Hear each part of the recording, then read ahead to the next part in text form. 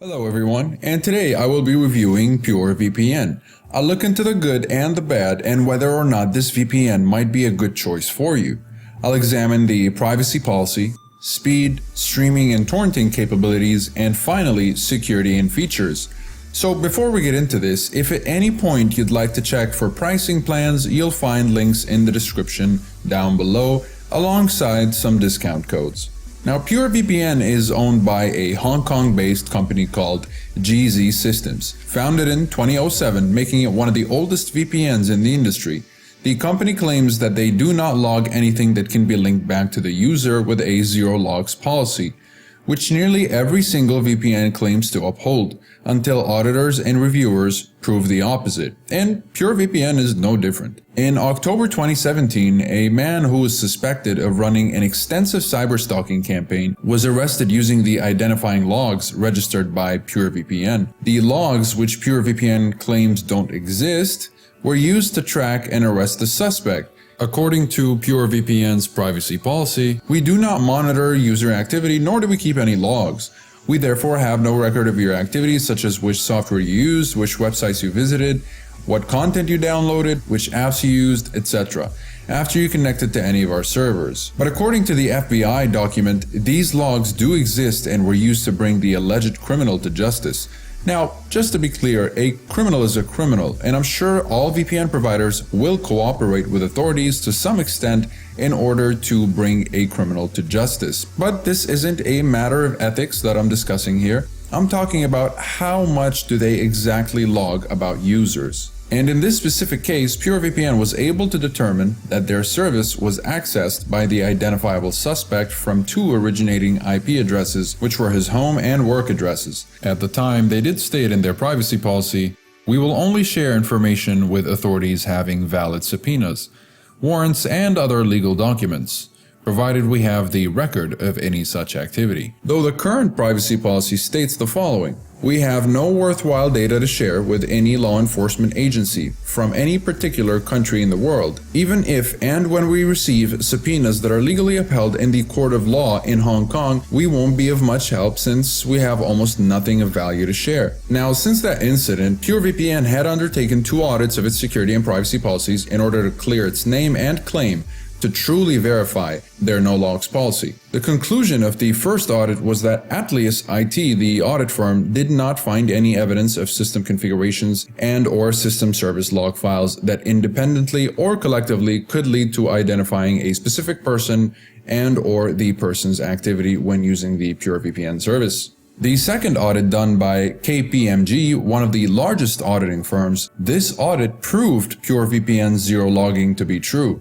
And to top it off, PureVPN now has an always-on auditing contract with KPMG, which means the firm can investigate the VPN provider at any given time. Now, while PureVPN's privacy policy is looking much better after the audits, if you contrast that with ExpressVPN's privacy policy, where they also claim to have a zero logs policy and had gone through a similar incident where government authorities seized an ExpressVPN server in Turkey as part of an investigation on a case involving an assassination.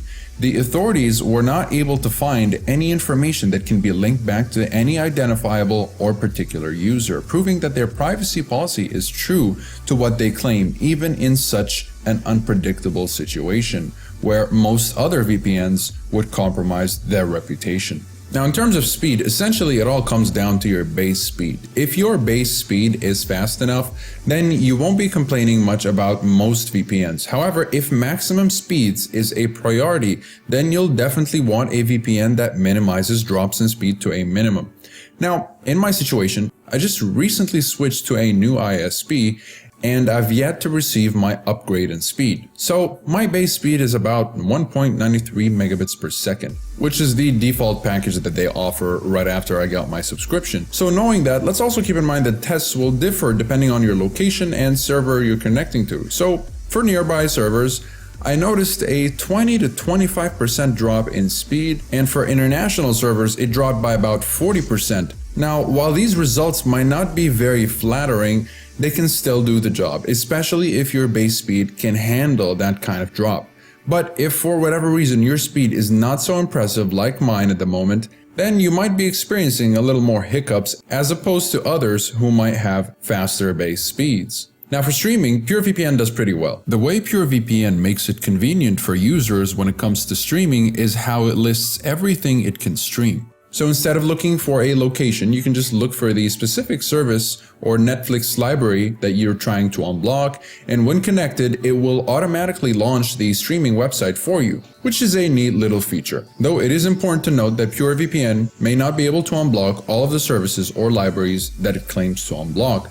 In my situation, I was not able to unblock the French Netflix library, but I had no problems in unblocking the US, UK, Australian, and Japanese library, as well as Disney Plus and HBO Max, which if you notice may not be listed on the application, but they can indeed be unblocked. When I asked support about the problems I'm having with unblocking the French Netflix library, they referred me to a link about unblocking the US library, and when I reiterated my question, they just said that their service only works with the US library for now, which obviously isn't quite true since I was able to unblock more than just the US library. So if you're having trouble with something, I think it's safe to say that their live chat support won't be of much help, at least in terms of streaming.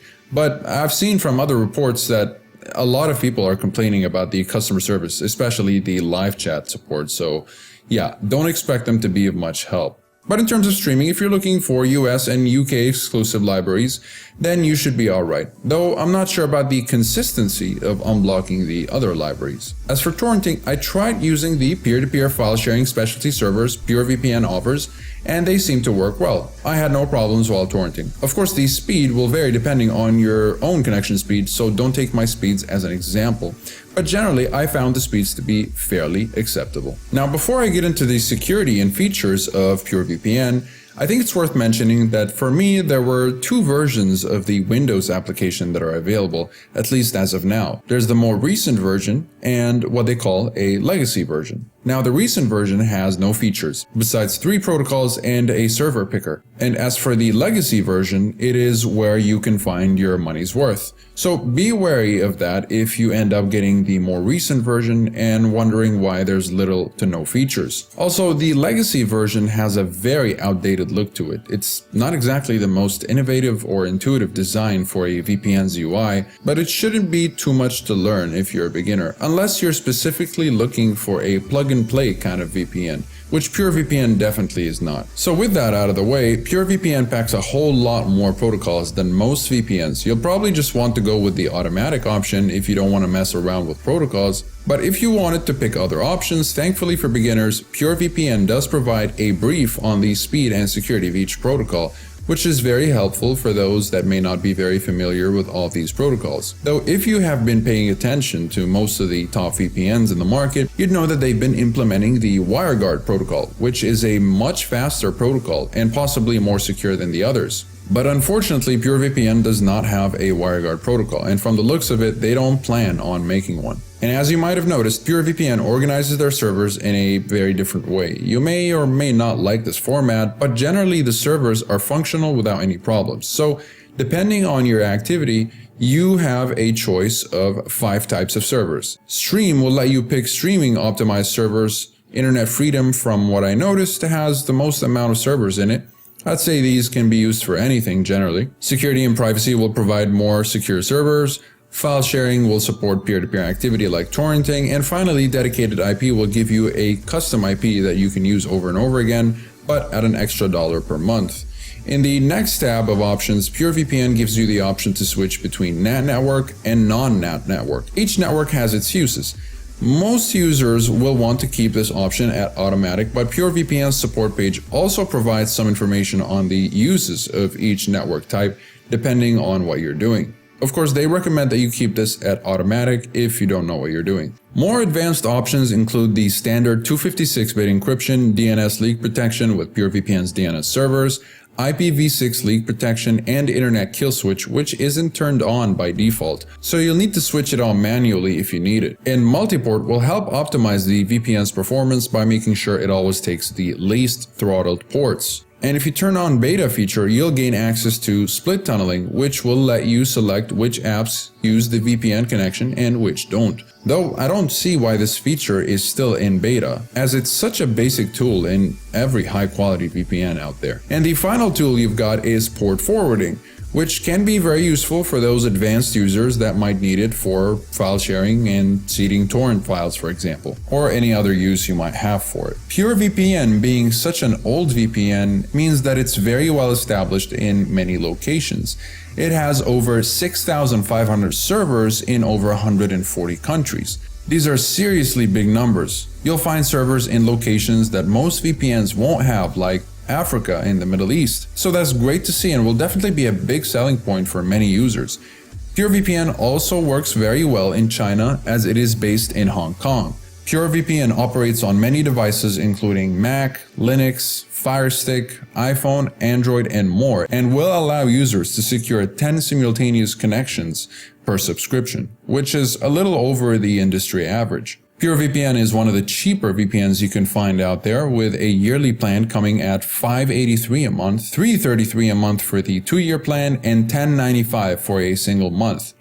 Though what's cool about PureVPN is that they will give you access for a week to a full service without any bandwidth limit or throttling for $1. This is their version of a free trial. Except in this $1 trial, you will actually get to try the full version of the VPN, unlike most VPNs, which restrict most features for their free trials. And if you like it and leave it as it is, they will charge you for the 2-year subscription. And if you don't like it, you can easily cancel your subscription and get your dollar back. And if they do bill you and you forget to cancel, you still have a 31-day money-back guarantee. So there's not much risk in trying out PureVPN. If you're interested, you'll find links in the description down below. I'll try to find some discounts for you guys. Now to conclude, PureVPN is one of those VPNs that might interest more advanced users than casuals, in my opinion. It has tons of advanced features, and for casual users, it does do a fair job at unblocking streaming services. Though it may not be the fastest VPN, it can still pull its weight if your connection can take a 20 to 40% drop. And regarding the logs policy, although they may have had some hiccups here and there, they've never really been breached or had their network system compromised. And remember, they do have an always-on auditing contract, which is rare to see in VPNs. And it proves that they're willing to go the extra mile to fix their mistakes.